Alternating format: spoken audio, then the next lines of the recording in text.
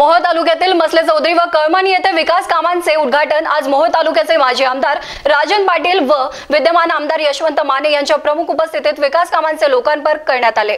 मोहोळ तालुक्यातील मसले चौधरी व कळमण रस्ता रुपये 5 कोटी लोकार्पण सोहळा माजी आमदार राजनजी पाटील यांच्या अध्यक्षतेखाली व आमदार यशवंत माने यांच्या शुभ हस्ते संपन्न झाला।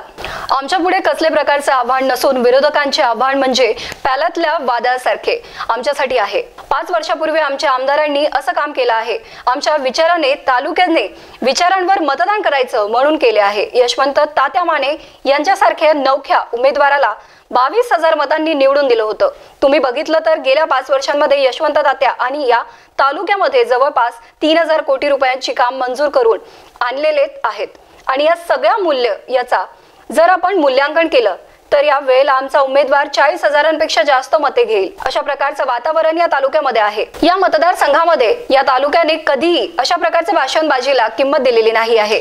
हा तालुका विकासाला मदत करणारा तालुका आणि या तालुक्यातील मतदार हा विकासात्मक अशा प्रकारचा नेतृत्व स्वीकारत असतो आणि म्हणून अशा ठिकाणी आम्ही फारशी किंमत अजिबात देत नाही। यात नरखेड मतदारसंघातून गेल्या वेळेला साधारण 7,000 मते मिळाले होते।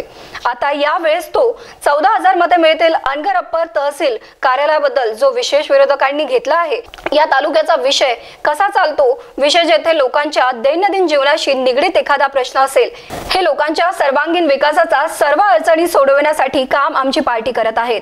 त्यामध्ये कुठलाही गैर केलेला नाही। गेल्या 4 वर्षांमध्ये 4.5 वर्षांमध्ये या तालुक्यामध्ये आमदार यशवंत माने असेल किंवा आमची पार्टी, या पार्टीने कधीही कोणाच्या 2 रुपयांची मिथ्यात आम्ही असणारे माणसे नाहीत।